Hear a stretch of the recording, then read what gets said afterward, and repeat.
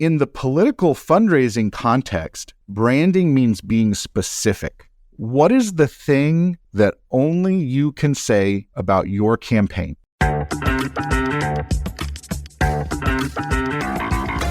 I'm Eric Wilson, Managing Partner of Startup Caucus, the home of campaign tech innovation on the right. Welcome to the Business of Politics show.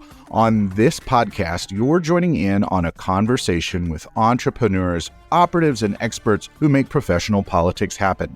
I wanted to share with you a modified version of a talk I gave recently at Campaigns and Elections Campaign Tech Conference here in DC.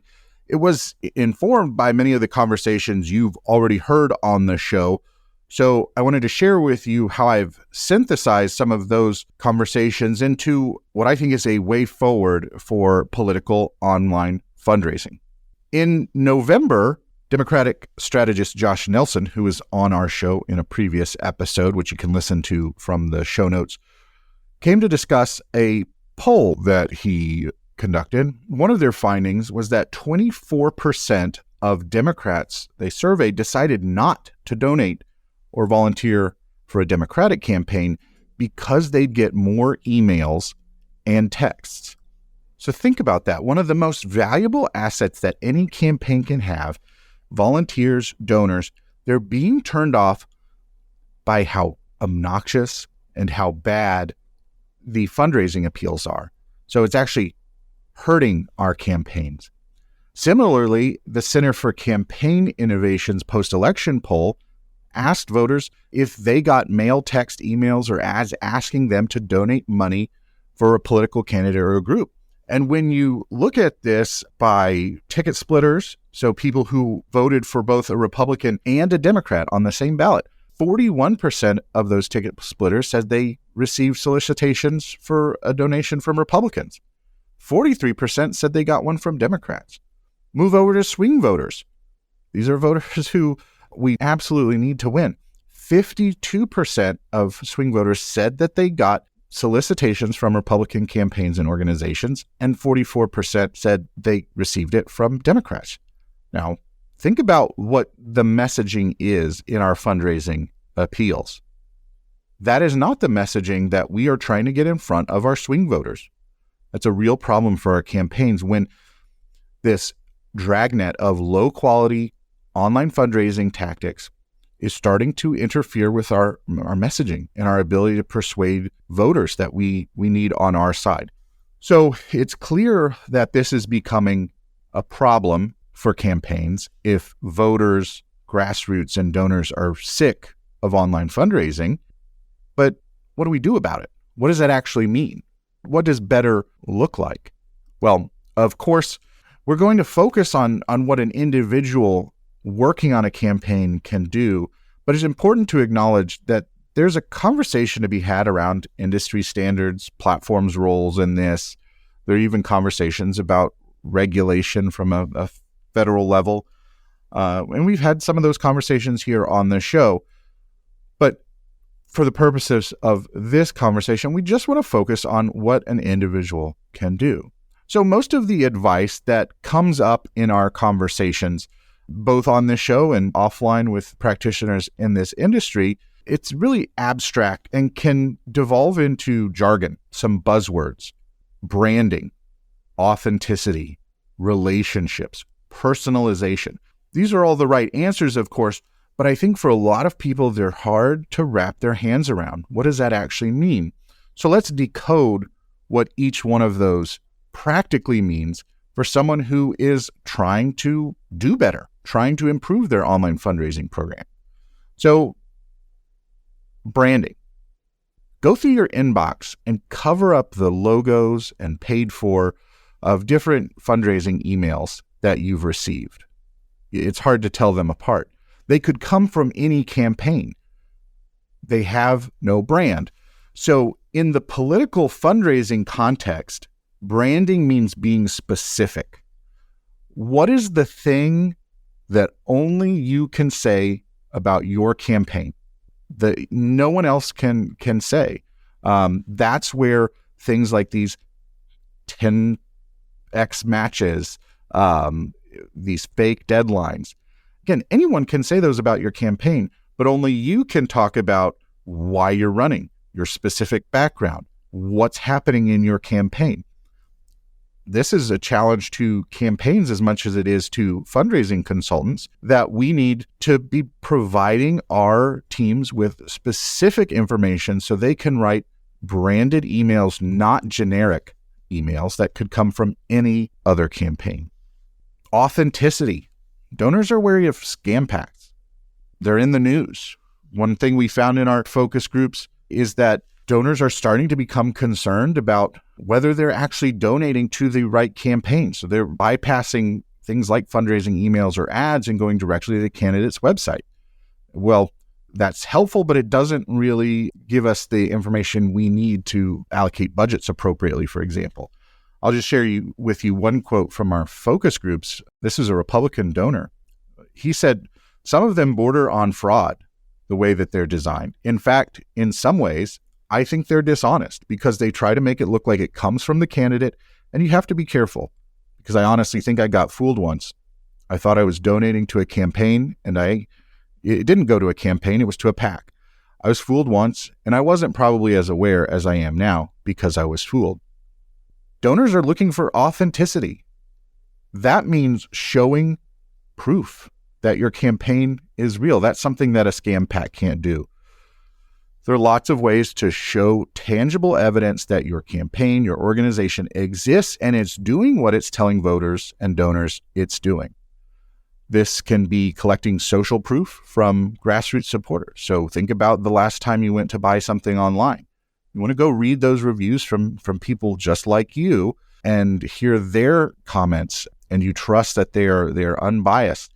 Similar things you can do with your volunteers. Get them to create a short testimonial, or they can even do it on Twitter or Facebook of why they're supporting your campaign. Include that in your digital fundraising efforts. You can highlight endorsements from respected allies. Right now, we primarily use these as transactional of sending an email and getting people to click, but you can also use these as validations of why people should support you and trust you.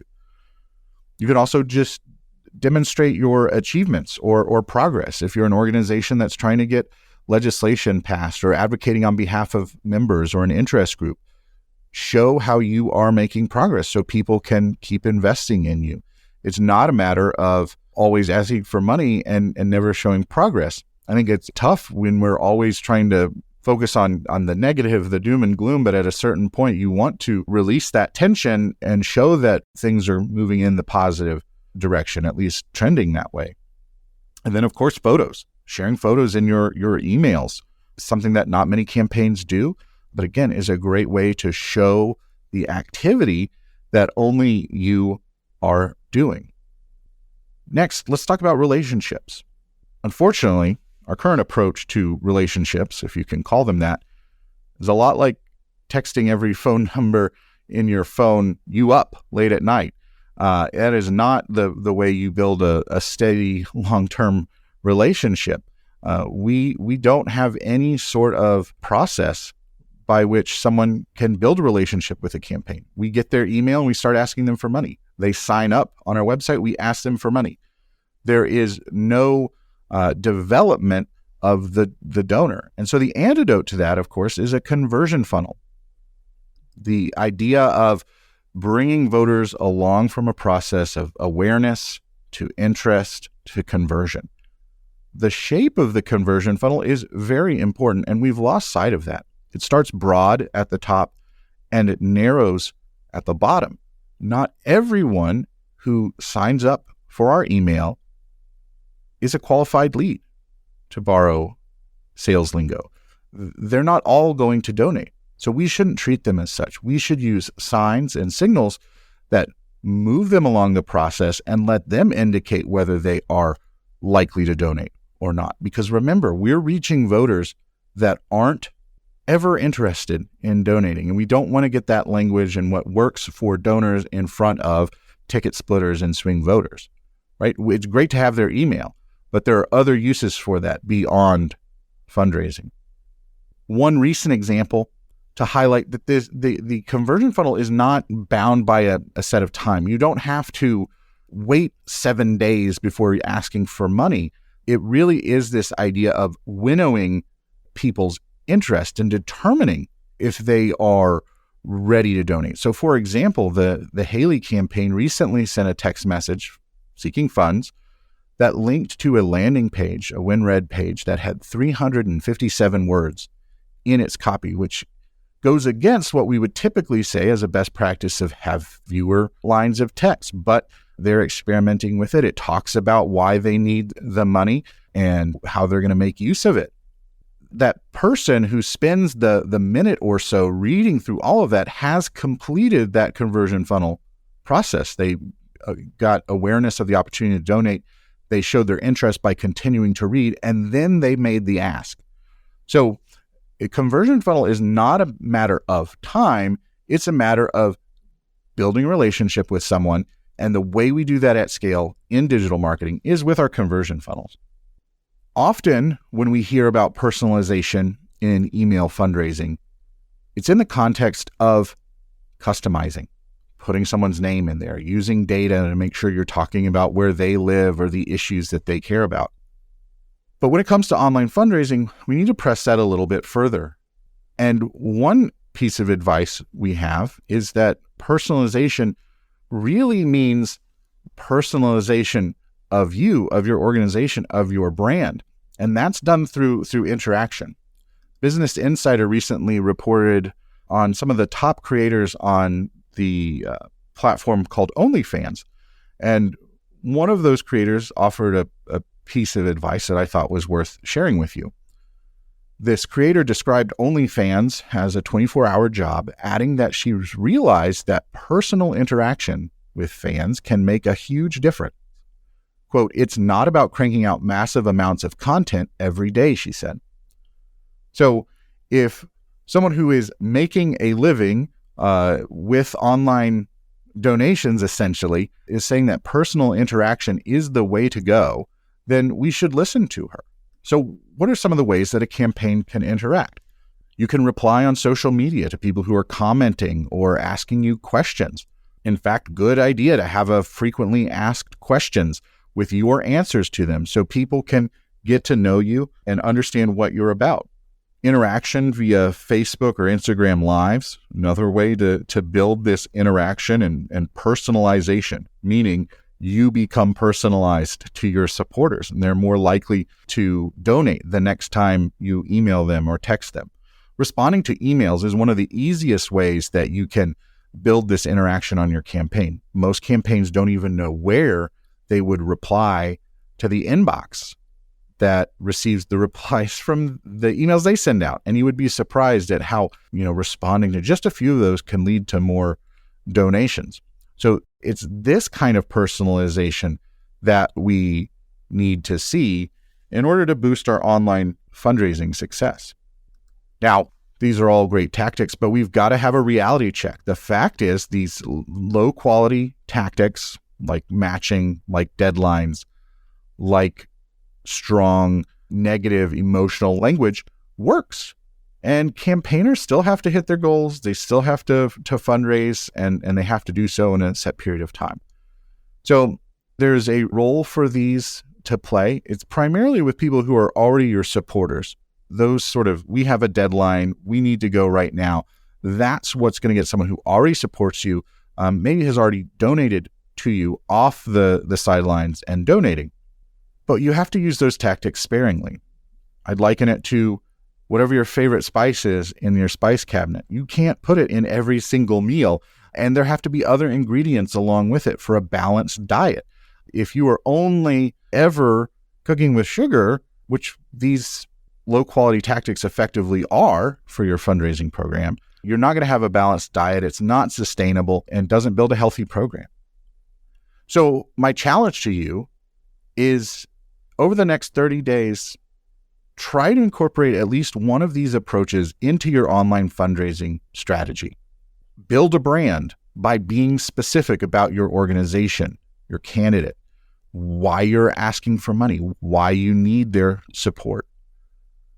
Be authentic by showing proof, whether that's testimonials or photos.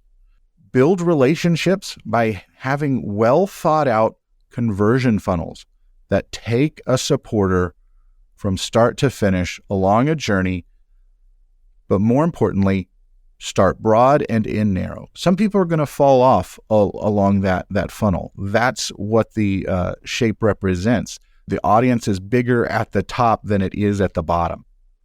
And finally, try personalization.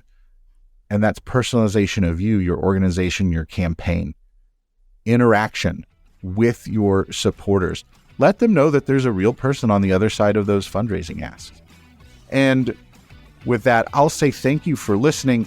If today's conversation made you a little bit smarter or gave you something to think about, please share it with a friend or colleague. Remember to subscribe to the Business of Politics show wherever you listen to your podcasts so you never miss an episode. You can also sign up for our email updates, no spam ever, on our website at businessofpoliticspodcast.com. With that, I'll say thanks for listening. We'll see you next time.